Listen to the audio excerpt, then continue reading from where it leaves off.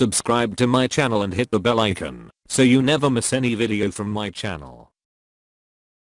ماہ رجب اپنے اختتام کی طرف رواں دواں ہے، مگر اسی ماہ رجب کے اختتام میں ایک عشق کا سفر ہے جو ابتدا ہو رہا ہے۔ آج شب 28 وہ شب ہے کہ جو تاریخ اسلام کے لیے ایک ایسی ہجرت کو معین کر رہا ہے کہ جس نے تا قیامت قلوبوں کو بہشت کی طرف ہجرت کروانا ہے۔ خوب امام کا ہجرت کرنا کوئی مادی مقصد نہیں تھا، خود امام نے اپنے اقوال میں اس کو بیان کیا کہ میں کس ہدف کی خاطر مدینہ چھوڑ رہا ہوں۔ مولا متقیان نے اپنے 2 فرزندوں کو کہا کہ بیٹا میں تم دونوں سے بہت محبت کرتا ہوں۔ کہا بابا آپ ہم سے محبت، خدا سے محبت؟ کہا نہیں بیٹا، اسی محبت کے طول میں تمہاری محبتیں ہیں، اسی محبت کی خاطر تمہاری محبتیں ہیں۔ آپ اپنی اولاد سے محبت کرتے ہیں، کیوں؟ پروردگار تیری خاطر۔ میری بہنیں، میری مائیں اگر گھر میں کام کر رہی ہیں، اپنے شوہر کا، اپنے ماں باپ کی خدمت کر رہی ہیں، کس لیے؟ کہیں پروردگار تیری خاطر کر رہی ہوں۔ تو دیکھیں ہر چیز اس رب کی خاطر جب ہونا شروع ہو جائے گی تو زندگی خود بخود با ہدف ہو جائے گی۔ یہ ہے مانوی ہجرت کہ سب کچھ تیرے لیے ہے، کسی کے لیے نہیں۔ اور ایک عارف بہت بڑے عرفان نظری پہ تھے، ان کو اس وقت کے دور کے حاکم نے اصفہان سے بلا لیا اور مدرسہ کھول دیا۔ 70-80 سال عمر ہو گئی، شادی نہیں کی، علم میں اتنے زیادہ رہے۔ ایک دن مدرسے کے صحن میں بیٹھے ہوئے پانی کے حوض پہ شاگردوں نے کیا دیکھا کہ اپنے آپ کو مار رہے ہیں، تو ایک دم دوڑتے دوڑتے پہنچ گئے کہ کیا ہوا، کیوں مار رہے ہیں؟ کہا میں دیوانہ ہو گیا ہوں۔ کہا نہیں، آپ کو اگر آپ کی اولاد نہیں ہے، ہم آپ کی اولاد ہیں، آپ کے پاس یہ نہیں ہے، ہم سب کچھ ہیں، مگر آپ دیوانے نہیں ہیں، دیوانہ ایسا نہیں ہوتا۔ کہا نہیں میں دیوانہ ہو گیا ہوں۔ کہا میں نے ابھی یہ بیٹھ کے سوچا کہ کون سی چیز ہے جس کی میرے دل میں محبت ہے، تو میں نے دیکھا نہ مجھے شہرت سے محبت تھی، نہ مجھے شہرت سے محبت ہے، نہ مجھے مال و دولت سے محبت تھی، نہ میری اولاد نے مجھے کسی اور چیز سے محبت تھی، تو میں نے دیکھا کہ مجھے تو کسی چیز سے محبت نہیں۔ تو مجھے اچانک سے میرے دل سے آئی کہ تمہارے پاس چند کتابیں ایسی ہیں کہ اگر کوئی ان کو ہاتھ لگا لے تو میں ناراض ہو جاتا ہوں۔ 80 سال کہہ رہا ہے میرے گزر گئے، میں دیوانہ نہیں ہوں تو اور کیا ہوں کہ جو چند کتابوں کی محبت پہ اس محبت کو۔ میرے آپ کے دل میں بھی ایسے ہی احسان محترم، بعض اوقات چھوٹی چھوٹی چیزوں سے، کتنی ایک کامن مثال ہے ہمارے گھر کے اندر، بچے سے کوئی گلاس ٹوٹ جاتا ہے، کتنا ہم واویلا کر دیتے ہیں اس کو، کتنا ہم اس کو سرزنش کرنا شروع کر دیتے ہیں، یہ کیا کیا تم نے، تمہیں پتا نہیں تھا، یہ سیٹ کیسا تھا، موبائل ذرا سا بچے نے یوں پھینک دیا، کیا کرتے ہیں ہم؟ یعنی اس کی قیمت اس اولاد سے زیادہ ہے۔ یہ پریکٹیکل ہے عزیزان محترم۔ ذرا سا کچھ بچہ لائن مار دے کہیں پر، ہم اس کی زندگی کو خراشیں مارنا شروع کر دیتے ہیں، کیونکہ ہماری محبتیں انہی چیزوں میں ہیں، مادیت میں ہے۔ ہمیں نہیں ہو پائی آج تک پروردگار سے محبت اپنے۔ وہ خدا کہاں ہے میری زندگی میں؟ کتنا میں اپنے رب سے باتیں کرتا ہوں، مگر امام حسین نے اپنے رب کی خاطر مدینہ نہیں چھوڑا۔ آپ مجھے بتا دیں اگر کوئی اور چیز ہے آپ کے ذہن میں یا تاریخ کی کتابوں میں یا کوئی چیز کے پروردگار کے سوا کسی چیز کے لیے امام حسین نے مدینہ چھوڑا ہو۔ آپ مدینہ میں امام حسین کے چھوڑنے پر تو گریہ کریں، اور آپ اپنی کوئی بھی چیز خدا کے لیے چھوڑنے کو تیار نہیں ہوں، تو میرے سے زیادہ دو روح کا انسان کون ہے پھر؟ میں چھوڑ ہی نہیں رہا چیزوں کو پروردگار کی خاطر۔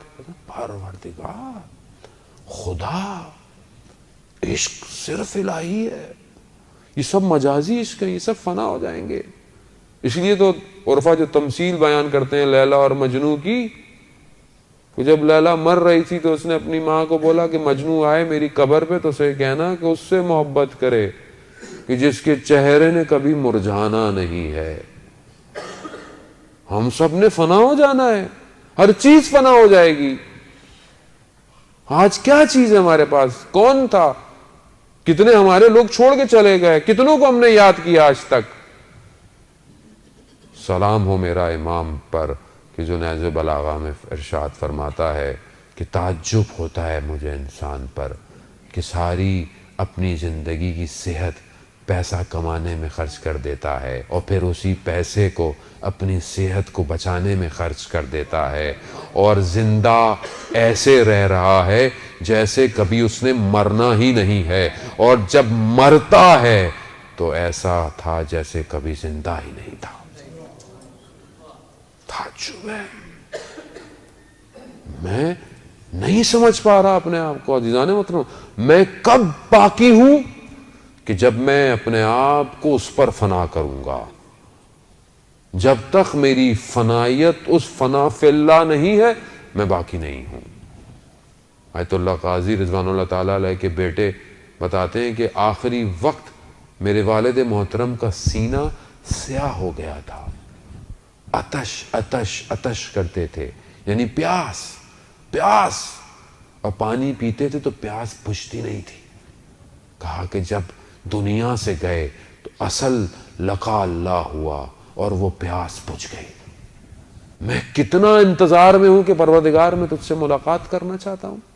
میں کتنی مقصد انسان کیا ہے؟ وما خلقت الجن والانس الا لیعبدون، کہ میں نے انسان اور جن کو خلق ہی نہیں کیا مگر سوائے اپنی عبادت کے. عبادت کیا ہے؟ بندگی ہے، عبودیت ہے. میرے بندے بنو، میرے غلام بنو، نہ کہ اپنے نفس کے خواہشات کے، نہ سٹیٹس کے، شہرت کے، گاڑی کے، گھر کے، موبائلوں کے غلام بنو. میرے غلام بنو. میں کتنا غلام ہوں اپنے پروردگار کا، اور میں مولا کا ماننے والا ہوں. مگر میں نے آج تک مناجات امیر المومنین کھولی بھی نہیں ہوگی کہ جس میں میرا مولا کہہ رہا ہے مولا یا مولا انت المولا وانا العبد وهل يرم العبد الا المولا.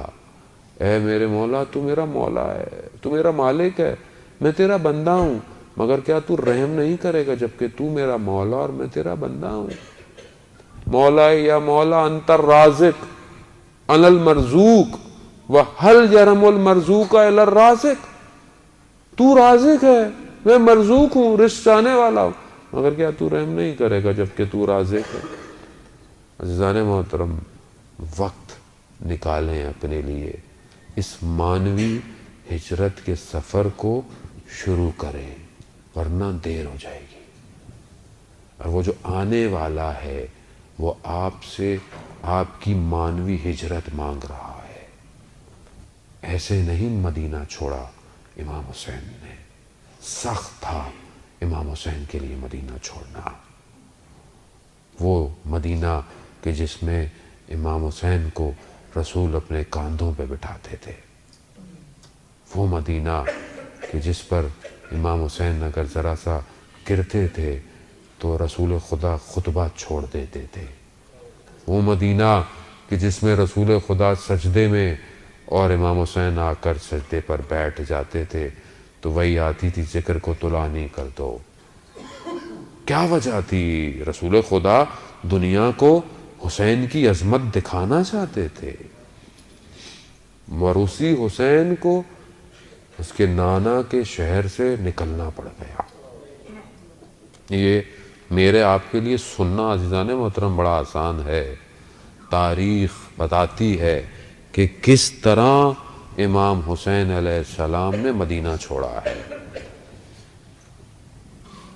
کئی دفعہ اپنے نانا کے روزے پر گئے. اللہ اکبر. نہیں ہم تو پڑھ نہیں سکتے. نہ جانے کس طرح اپنے آپ کو اپنے نانا کی قبر پہ گرایا حسین نے، اور کیا کہا ہوگا. جملے آپ کے سامنے مقاتل کے اندر موجود ہیں. میں تو حال دل بیان کر سکتا ہوں کہ سوچو امام حسین نے کہا ہوگا کہ میرے نانا، کہ وہ مدینہ جس میں آپ نے مجھے سیر کرائی، وہ مدینہ جس میں آپ نے میری اتنی عظمت کو دکھایا ہوگا، آج آپ ہی کی امت نے مجھے مجبور کر دیا، نانا میں آپ کا شہر چھوڑ کے جا رہا ہوں۔ اور چھوڑ کے جانے والے کو یہ امید ہو نا کہ اس نے آنا ہے تو وہ دوسرے طریقے سے جاتا ہے، لیکن جس کو یہ پتا ہو کہ اب میں نے آنا نہیں ہے، اب میں جا رہا ہوں۔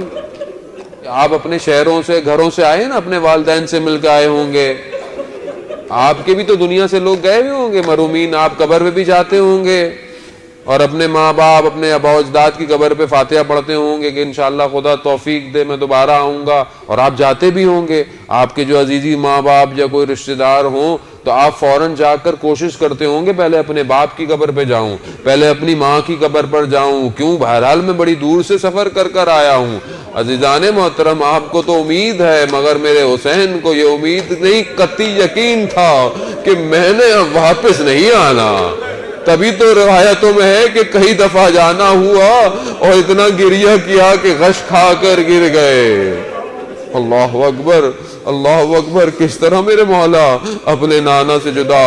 اور آپ خود تصور کریں ان قدموں کا چلنا، اس روزے سے چل کر واپس آنا گھر تک، تو شاید ہو سکتا ہے امام کے ذہن میں وہ سب رنگ اور سب بچپن کی تصویریں آنا شروع ہو گئی ہوں گی کہ یہ وہ وقت تھا، یہ وہی مدینہ تھا کہ جس میں جو ہے ہم گھر کے اندر موجود تھے اور دروازے کو جلایا گیا۔ اللہ اکبر، ارے کس طرح کیا کیا یاد آتا ہوگا حسین کو، کتنی اس گلیوں سے محبت ہوگی حسین کو۔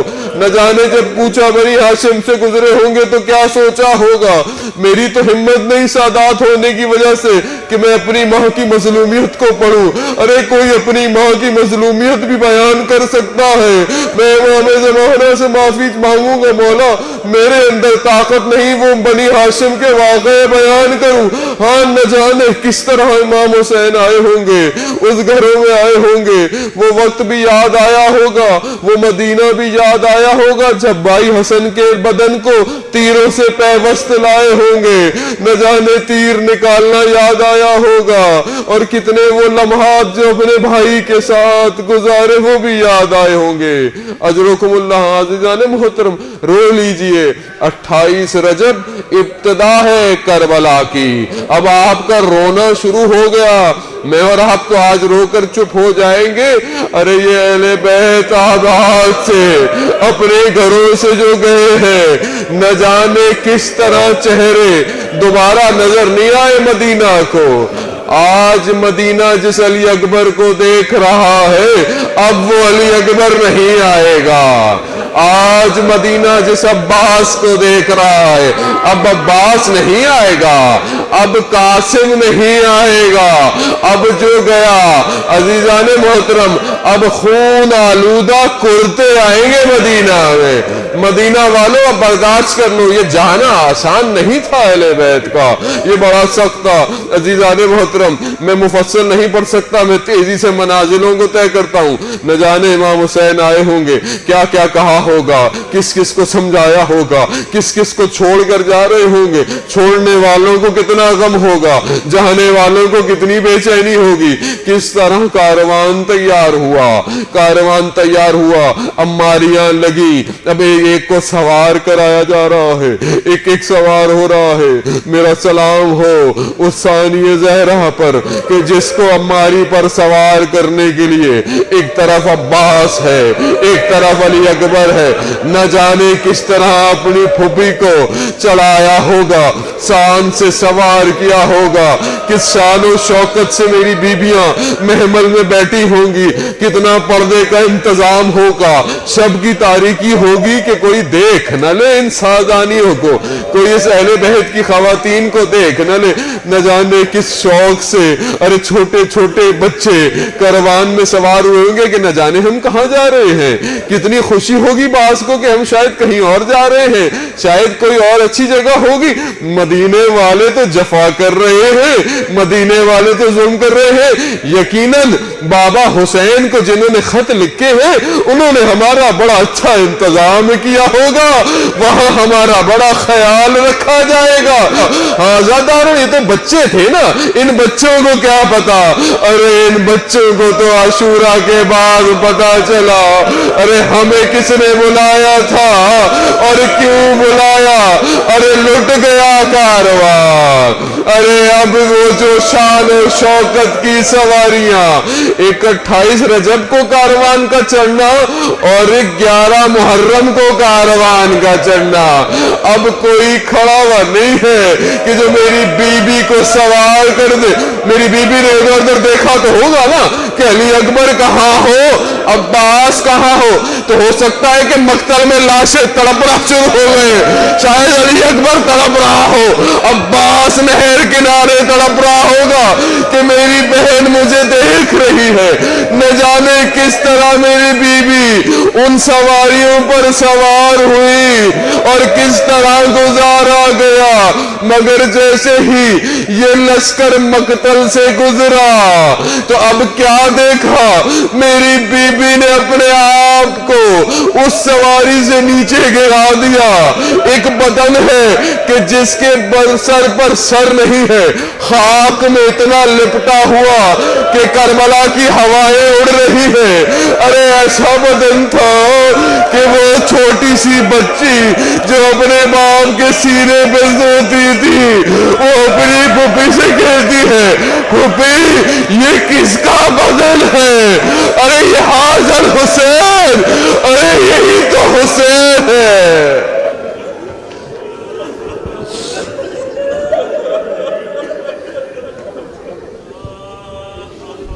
حضرکم اللہ۔ الا لعنۃ اللہ علی القوم الظالمین وسیعلم الذین ظلموا ای منقلب ینقلبون۔ پروردگار امام زمانہ کے ظہور میں تاجیل عطا فرما، ہمیں ان کے ناصروں ان کے مددگاروں میں شمار فرما۔